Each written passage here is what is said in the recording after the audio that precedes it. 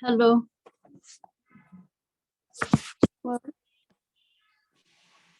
Just a moment. I'm setting up my desk.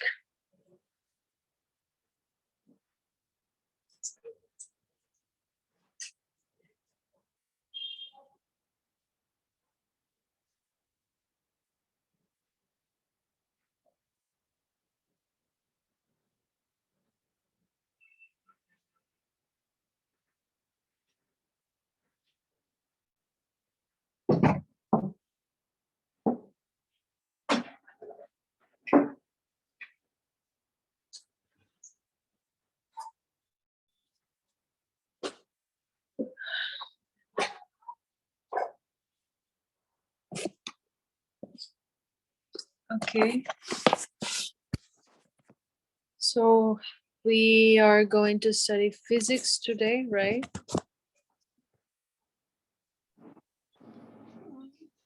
we'll do bio today. It was supposed to be bio. Yeah, because we were doing physics yesterday. We couldn't finish it. We had 40 minutes left. Yeah. Because So wasn't it like physics today or? just a second. Yeah, it is. I thought we were doing it yesterday. Yeah. Since we couldn't really Yeah. finish it yesterday, we can continue from there. Yeah, so I was talking about stability, right? And then I think I asked you to check whether everything was done from your syllabus. Yeah, Apu, I had a question. It was about laminate. Oh yeah. So yeah, that was the one. You mean describe how to determine the position of the center of mass of a plane lamina. Yeah, okay.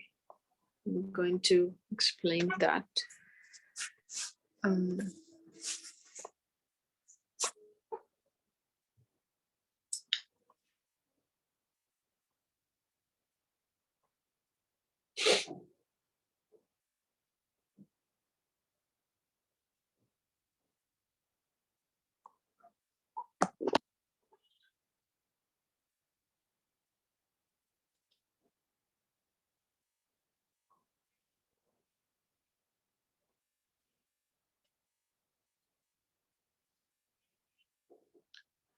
Okay, so as far as I can remember, there are a few steps to do this, to find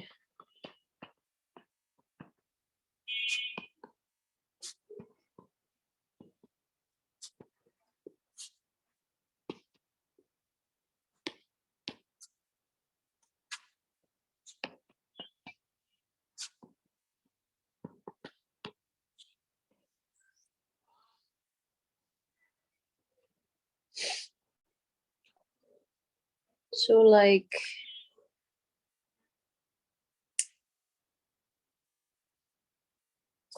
let's say our plane looks like this. Just a random shape, okay? What we will do is we will actually hang the lamina from a point, okay? So let's say we hang it through this point.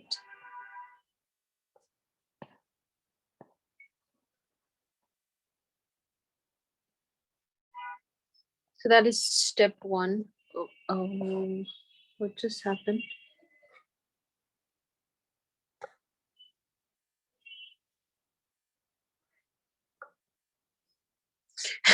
When did it go up? Ah, okay, yeah.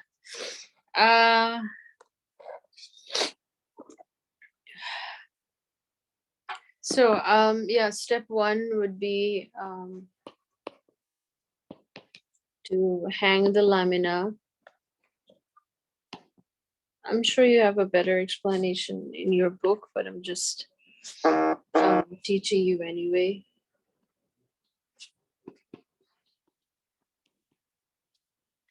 And then what the second step is, basically you will make a vertical line going through that point. So let's say this is your vertical line.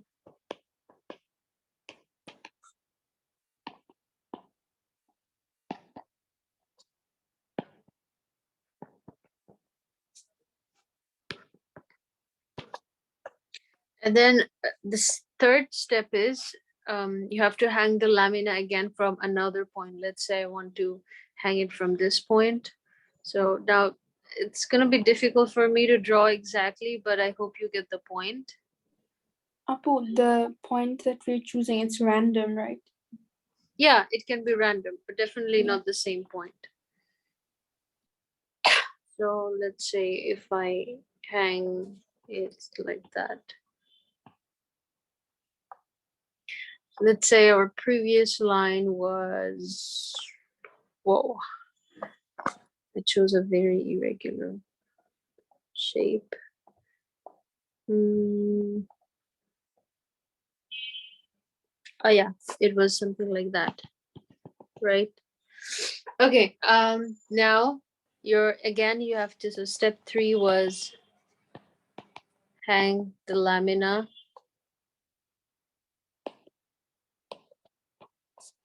from a second point.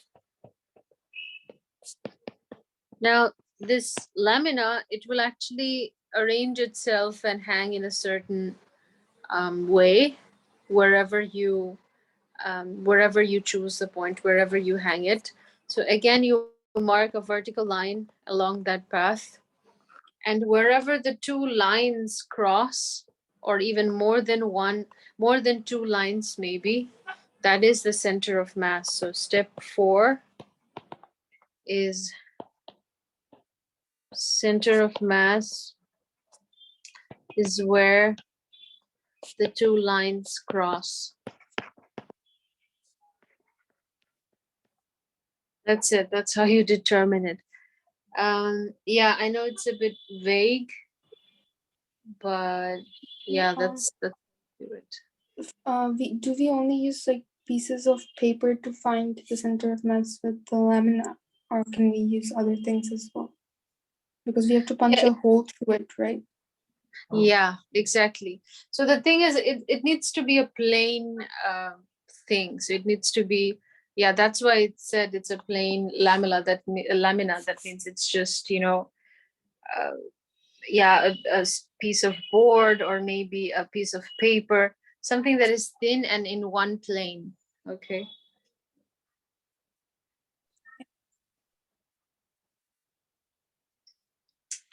All right. That is it.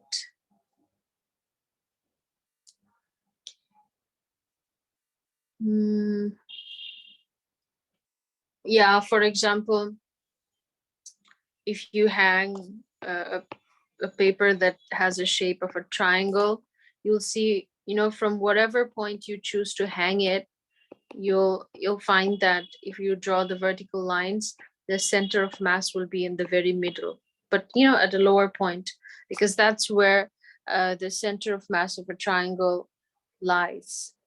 So for example, if you try to hang a circle from whatever point, you'll see that any vertical line you draw, it will always coincide in the middle, because that's where the center of mass of a circle lies. Okay. Yeah. All right.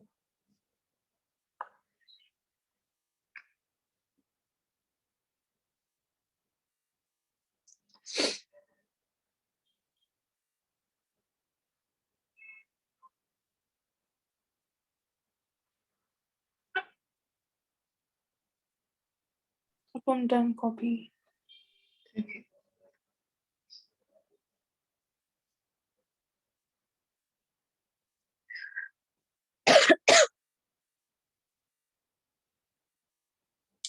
Okay, so the next chapter is deformation. State that a force may, elastic deformation, state that a force may produce a change in shape. Plot, draw, and interpret extension load graphs for an elastic solid and describe the associated experimental procedure. Recognize the significance of the term limit of proportionality. You don't need to know elastic limit. Calculate extensions for an elastic solid using proportionality. Okay, let's start deformation.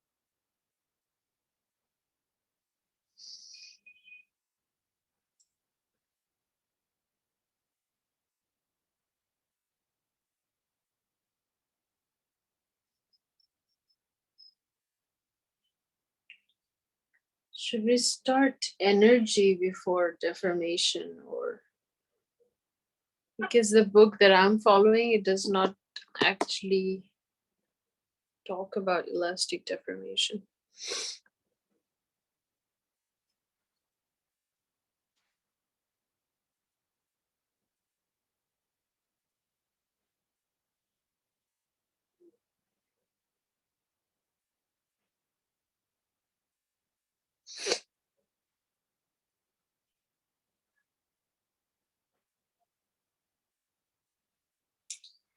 Okay, so what is deformation?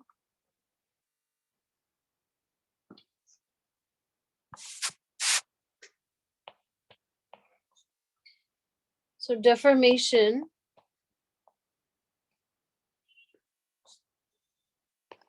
is any process that changes the shape, size, or volume. The shape, size, or volume of an object. Now, there are multiple types of deformation, but in your syllabus, you only need to understand elastic deformation. Okay.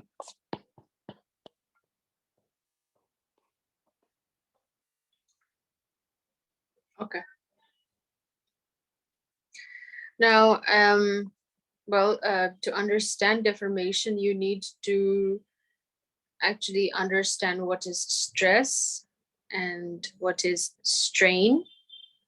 Okay, so let's talk about that, stress and strain. What is stress? This is in physics, this means the amount of force applied over an area. So if we want to write it in equation, it looks like this. So the units would be something like that. Okay. What is strain? This is a force that is force tending to pull or stretch something to an extreme degree. That is strain. Okay. Now, what is elastic deformation specifically? Elastic deformation is when an object changes its size and shape during the deformation. But I mean, when the force is applied, but when we stop applying that force, the object will return to its original shape and position. So it is not permanently damaged, let's say. It does not change its shape, size, or volume permanently. Just while I'm applying the force, that's when it's deformed for a moment, but then it goes back to its original shape and position when I remove the force. So that is elastic deformation. So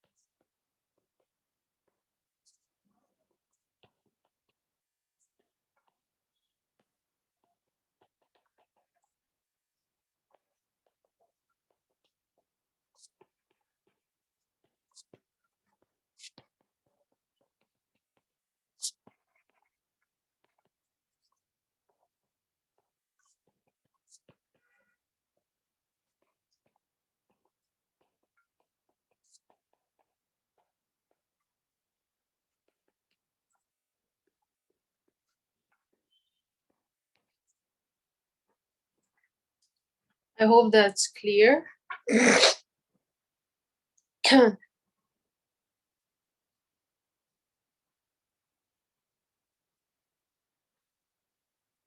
Yeah, but Now, okay. So there is an equation that you need to learn in this chapter, that is F is equal to minus kx. It actually means F is proportional to x. What is x? This is the how much a spring, or not just a spring, but anything, how much is it stretched or compressed. So x is the stretch or compression of a spring or any object, really.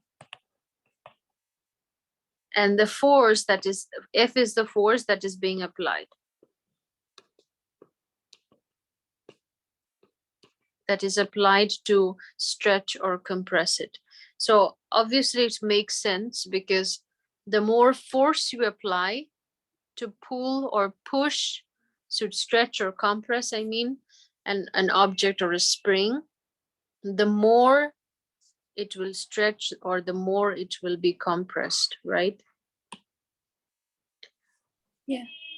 This is called the Hooke's law. I don't know if you need to know the name of it, but still, this is the Hooke's law, and this k right here is just a constant. Okay. Why did we put a minus there? You'll know just in a moment why.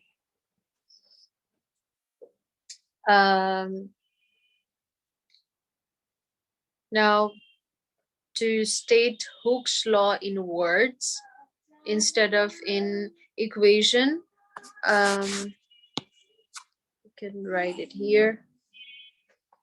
So Hooke's law states that the strain in a solid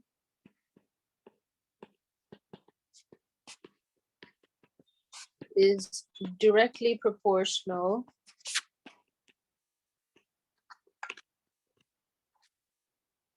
to the applied stress.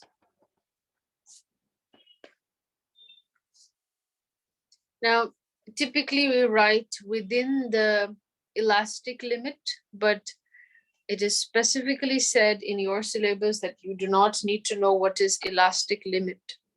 So I'm just going to stop it here. Okay. All right. Yeah.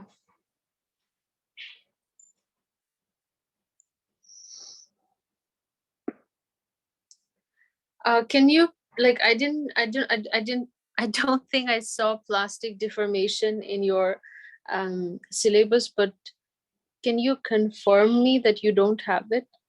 Yeah, I'll check. Just a second.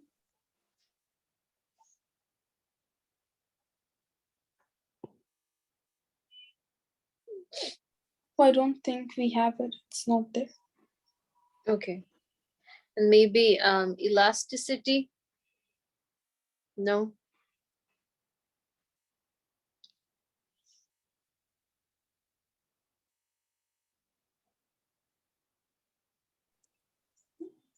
But there's something as calculate extensions for an elastic solid. Is that it? Say it again, I'm sorry. Calculate extensions for an elastic solid using proportionality. Is that it? Okay, yeah. Okay. Yeah. You need to know the limit of proportionality.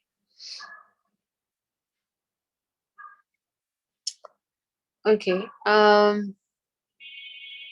Now, just I'm going to mention something that Hooke's law and the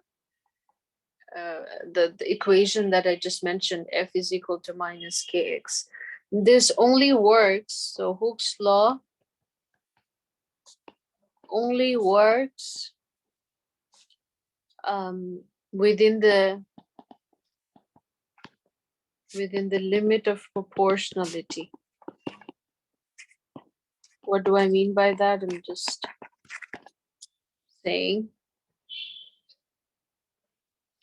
Now, if we draw a graph of extension by load, you'll typically see a graph that looks like that.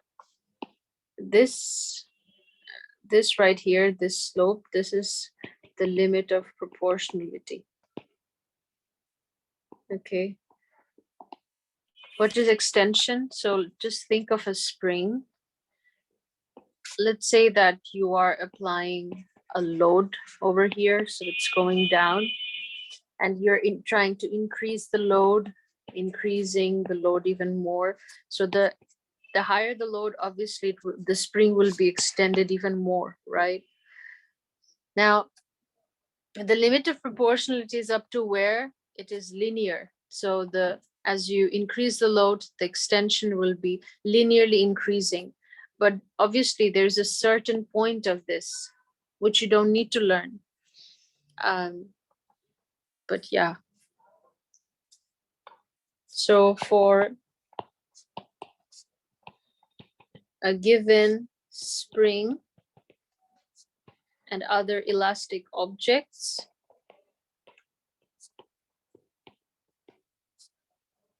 the extension is directly proportional to the force applied. This is the same as Hooke's law.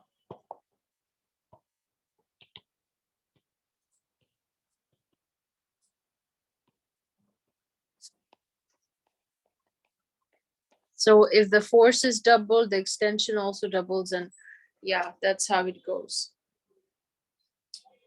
But this phenomenon obviously applies until this point. So until the limit of proportionality is, until the limit of proportionality. After that, obviously it's not proportional anymore. So you can ignore this part of the graph. You can just learn until this.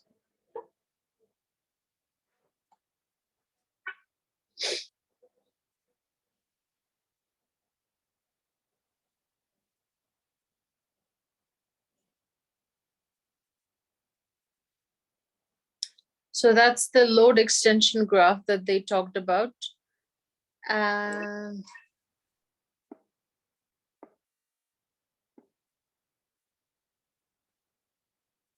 Yeah, I think that's it. Did I miss out anything?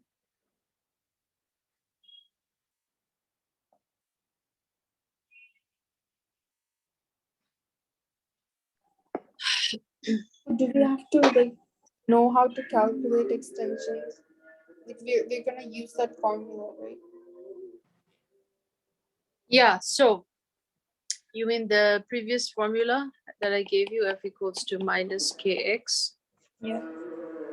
For Yeah, so an yeah, elastic solid, we're going to use that, right?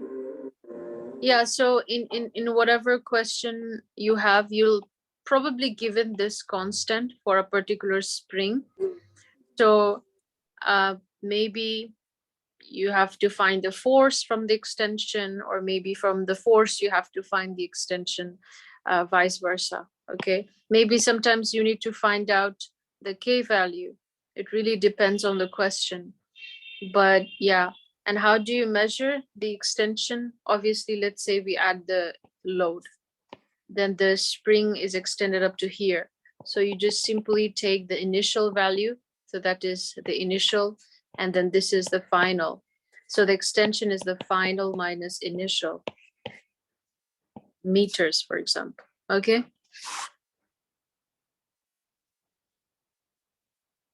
Yeah. Yeah. Are there anything else? I don't think so. Yeah, it's a very small chapter. I think it's just about Hooke's law. That's it. But could you give Maybe. me to copy the whole thing? Yeah, sure.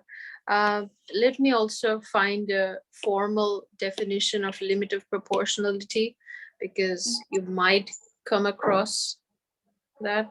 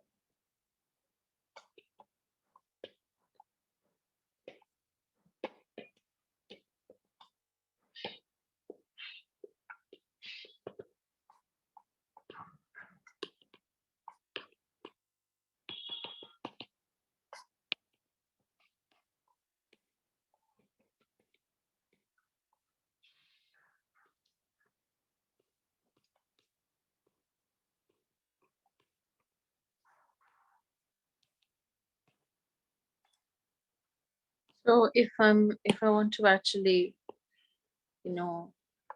label correctly, then if my linearity stops here, then this is the limit of proportionality. Okay.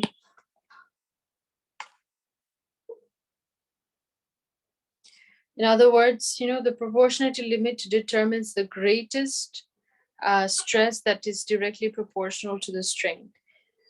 Now, what did I mean by these words? Non-linear plastic deformation region. Yeah, so after this part that I drew over here, this shows you linear elastic deformation. That means you stretch a spring, you remove the force, and it will go back to its original position. So that is elastic deformation. And it is linear because you're applying force and the extension is directly proportional to it.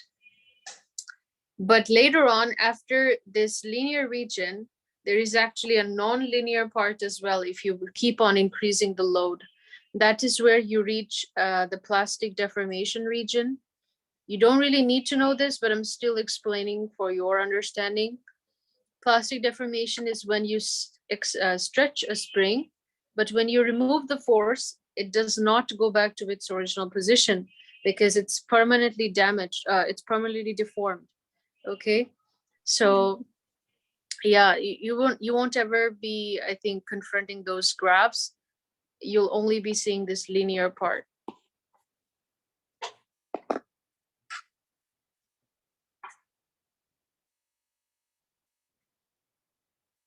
And then copy. Okay.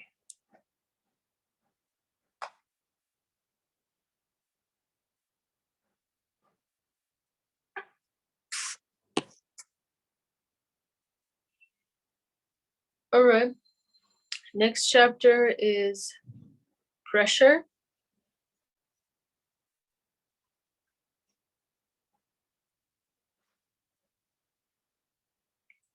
And pressure changes. By the way, I really think because physics is all about practicing the questions and trying to, I mean, if you don't really practice question and answers, I think yeah, you won't really prepare well for physics. And because I'm moving through the chapters really quick, I really feel it's really important for you to complete a lot of worksheets. I think I will give you the worksheets on Google Classroom tonight of all the previous chapters that we did. And I think we should actually, give it a break after pressure and really focus on completing worksheets. So once you're done completing those yourself, I will go through them. I mean, we will go through them together and we'll try to solve them so that everything gets clear to you. Because এখন সবকিছু theoretically পড়াইতেছি, everything seems probably easy or normal. But if you don't understand what type of questions are going to come over in your exam, এটা যদি practice না করো, physics আসলে ওভাবে হয় না. Okay. Yeah, sure. So yeah.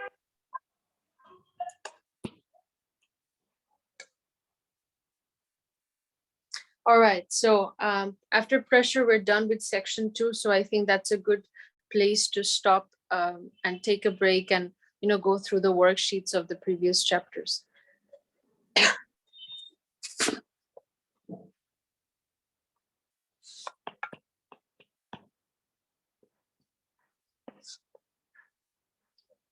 Okay, so here you need to know about pressure and pressure changes.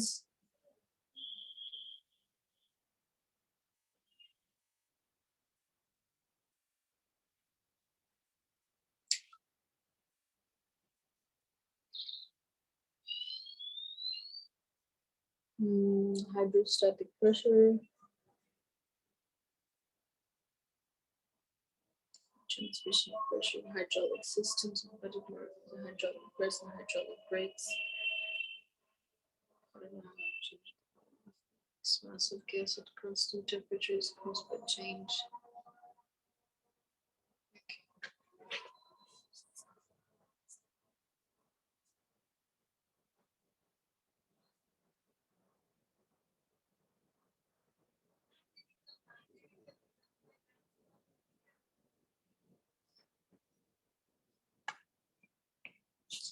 Okay, so pressure, it is simply the force acting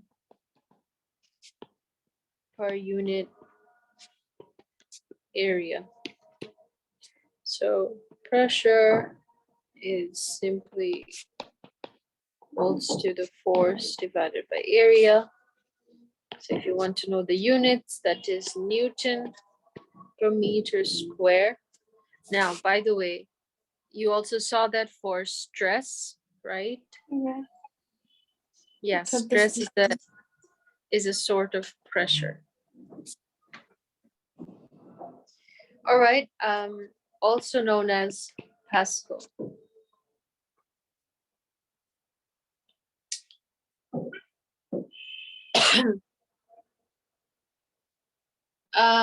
What else? Yeah, what about liquid pressure?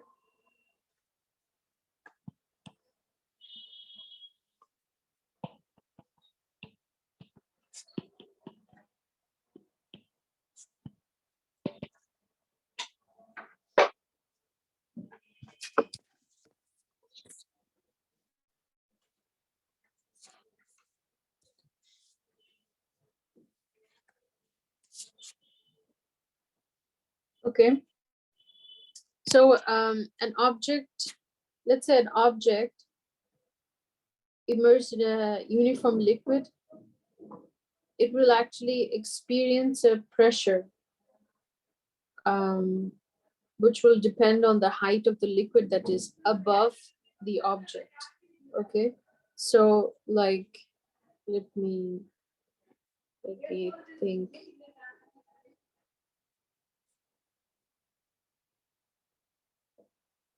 Okay. Um, yeah, so this is,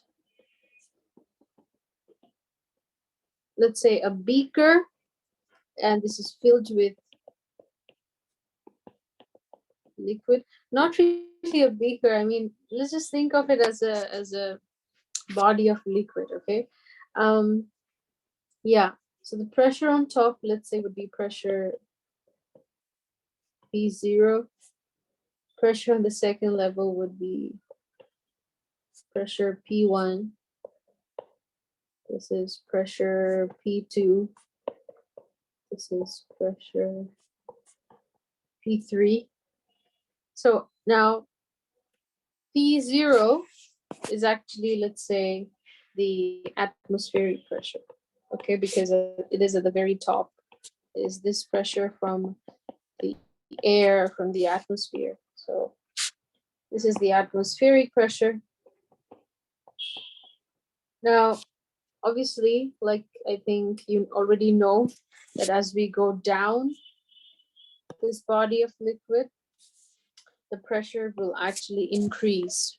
Okay, so the pressure increases with depth of a liquid. So P3 is probably the highest. So the P2, then P1, and finally P. Okay. Um, yeah, what did I say just a moment before? That's a formal definition of it.